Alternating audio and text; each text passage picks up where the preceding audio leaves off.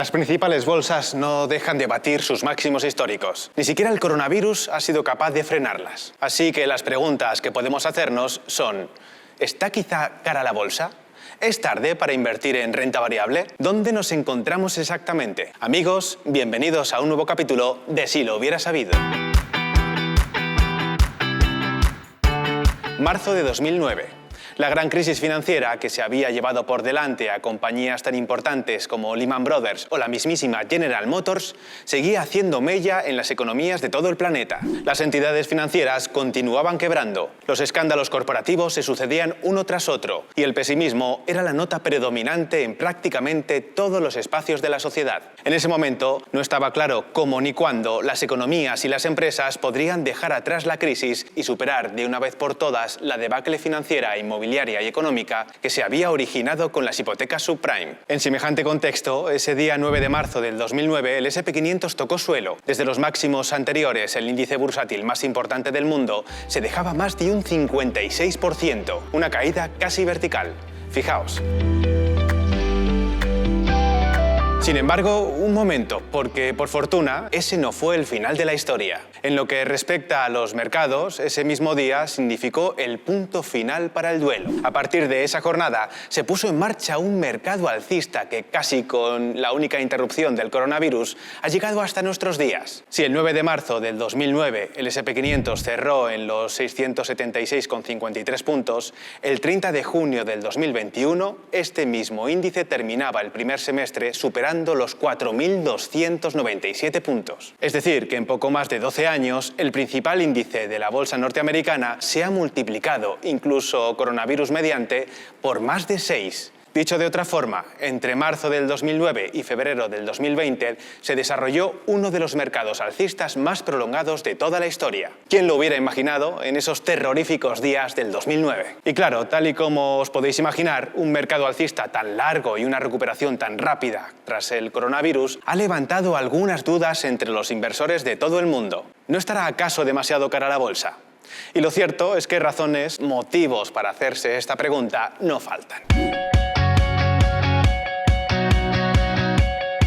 Por ejemplo, uno de los criterios más populares para tratar de determinar si un mercado está caro o está barato es fijarse en lo que se conoce como el PER de Shiller. Es un indicador que fue popularizado por el economista de Yale y premio Nobel Robert Shiller y que se calcula dividiendo el precio de la cotización entre los beneficios netos medios de los últimos 10 años, ajustados estos por la inflación.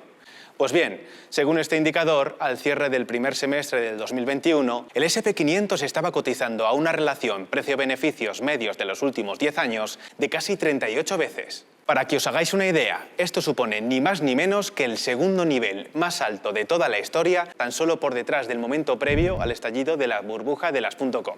De hecho, la media de los últimos 15 años de este indicador se sitúa muy por debajo de su nivel actual, en torno a las 25 veces precio-beneficios. Echad un vistazo a este gráfico. Y no penséis ni por un instante que se trata solo de Estados Unidos. Prácticamente todos los grandes mercados del mundo se encuentran en una situación similar, que es precisamente lo que ha hecho que muchos medios de comunicación apunten a que la bolsa está muy cara. Ahora bien, ¿realmente estamos experimentando un momento de locura en los mercados? ¿Realmente las bolsas están tan caras? ¿Puede un mercado alcista expandirse durante tanto tiempo? Pues bien, veámoslo. La bolsa norteamericana lleva experimentando un mercado alcista prácticamente desde el 2009. La única interrupción fue el mercado bajista provocado por el impacto del coronavirus, pero duró muy poco tiempo y en apenas unos meses las bolsas ya estaban batiendo nuevos registros históricos. Así que la primera pregunta que podemos hacernos es, tras 12 años de subidas casi continuas, ¿qué recorrido le puede quedar a los mercados?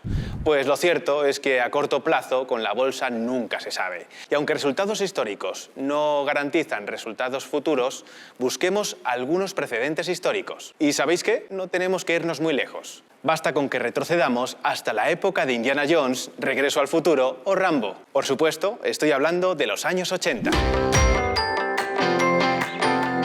La llegada de Ronald Reagan a la Casa Blanca con su política de recorte de impuestos, eliminación de regulaciones y control de inflación dio origen a un mercado alcista que duró 18 largos años. La única excepción fue el mercado bajista, que comenzó con el conocido como Lunes Negro, una jornada, la del 19 de octubre de 1987, en la que los mercados llegaron a caer más de un 20% en solo un día. Más de un 20%.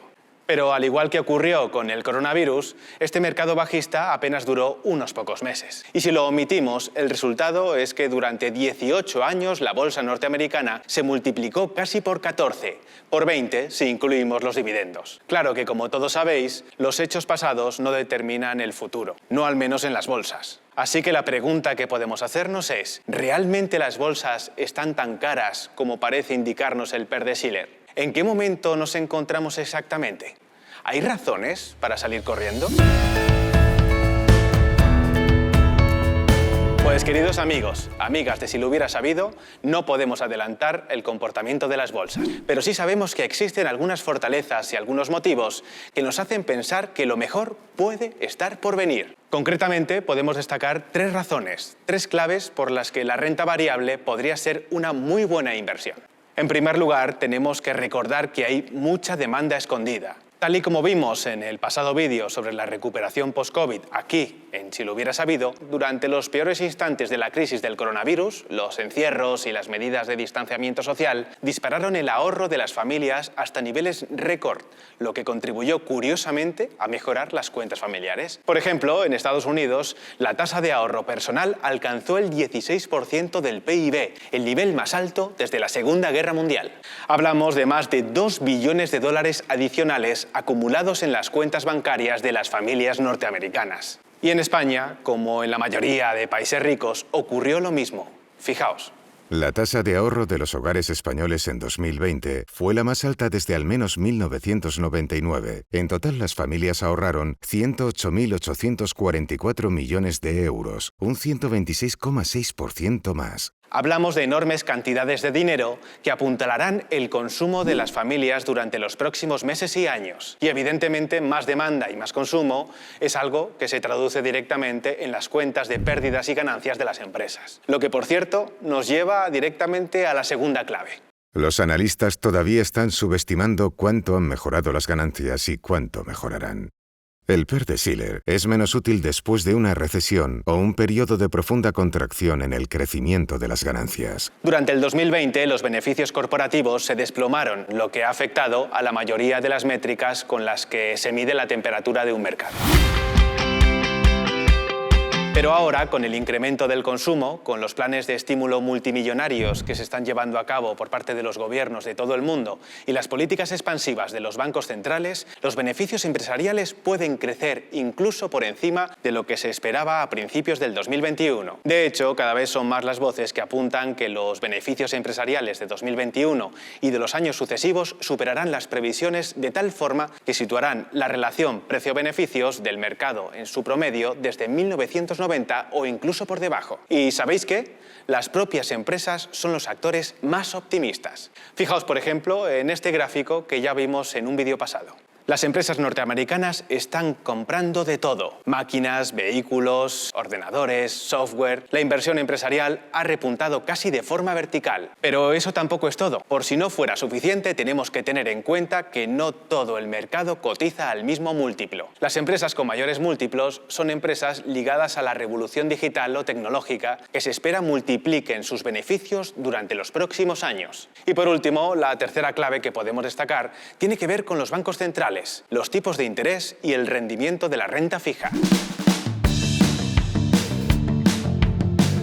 Los tipos de interés oficiales están prácticamente en niveles de cero. Los bancos centrales están inyectando mucho dinero en la economía y no parece que eso vaya a cambiar sustancialmente en el corto plazo. Entre otras cosas, porque los niveles de deuda pública y los planes de estímulo necesitan esa política. La cuestión es que esto tiene varias consecuencias. En primer lugar, los tipos más bajos aumentan el valor actual de las ganancias futuras de una empresa, lo que por sí mismo ya podría justificar múltiplos de cotización, como por ejemplo el PER de Shiller que antes veíamos, más altos. Además, la menor rentabilidad que ofrece la renta fija, como la deuda pública, hace que cada vez más y más personas se animen a invertir en renta variable. Es decir, para entendernos, como la alternativa ofrece rendimientos mucho más bajos, la demanda de renta variable aumenta, lo que a su vez hace crecer los múltiplos.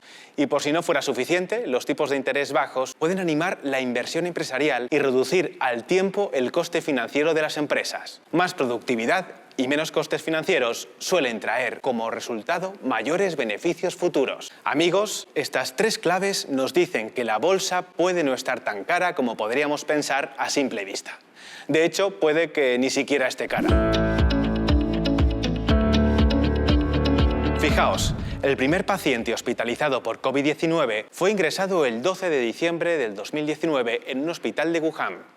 El 11 de enero, los científicos ya eran capaces de secuenciar el ADN del virus y el 24 de febrero, apenas 2 meses después de conocerse el problema, la farmacéutica norteamericana Moderna tenía ya lista la vacuna para comenzar los ensayos con humanos. ¿Qué quiero decir con esto? Que el mundo avanza a toda velocidad. Intentar adivinar cuándo se producirá la siguiente corrección del mercado puede costarnos muy caro. Y aunque las cotizaciones pueden sufrir importantes oscilaciones, esto es volatilidad en el corto plazo, lo cierto es que en el largo plazo las principales bolsas del mundo han cosechado históricamente una rentabilidad media anual muy positiva. El legendario inversor Peter Lynch fue muy claro. Los inversores que se preparan para las correcciones o tratan de anticipar correcciones han perdido mucho más dinero que en las propias correcciones. Bueno, ya lo habéis visto. Hay muchos motivos para pensar que la bolsa no está cara y que invertir hoy en ella puede hacer que nuestros ahorros se beneficien de la oleada de cambios y prosperidad que puede estar a la vuelta de la esquina.